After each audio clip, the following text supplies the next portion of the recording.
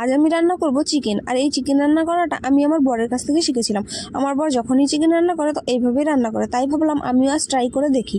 তো এখানে চিকেন রান্না করার জন্য যা যা মশলা দরকার আমি সব কিছুই ধুয়ে কেটে নিয়েছি। তারপরে এই মশলাটাকে বেটে নেব। আর এই আলুগুলোকে তেলের মধ্যে দিয়ে ভেজে নেব।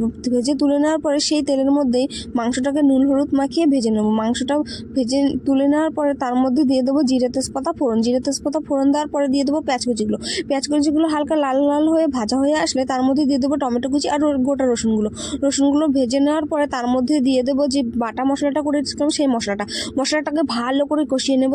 যখন দেখবো যে মশলাটা থেকে গন্ধ চলে গেছে তখন দিয়ে দেবো মাংসগুলো দেওয়ার পরে ভালো মতন কষিয়ে দেখবো যে তেল ছেড়ে দিয়েছে, তখন ভাজা আলুগুলো দিয়ে তার মধ্যে জল দিয়ে ফুটিয়ে নিয়ে একটু সানরাইজের মিট মশলা গুঁড়ো দিয়ে নামিয়ে নিলেই রেডি হয়ে যাবে এই মাংসের ঝোলটা খেতে অসাধারণ হয়। কিন্তু আমি জানি না আমি কতটা ভালো রান্না করতে পেরেছি। তোমরা একবার ট্রাই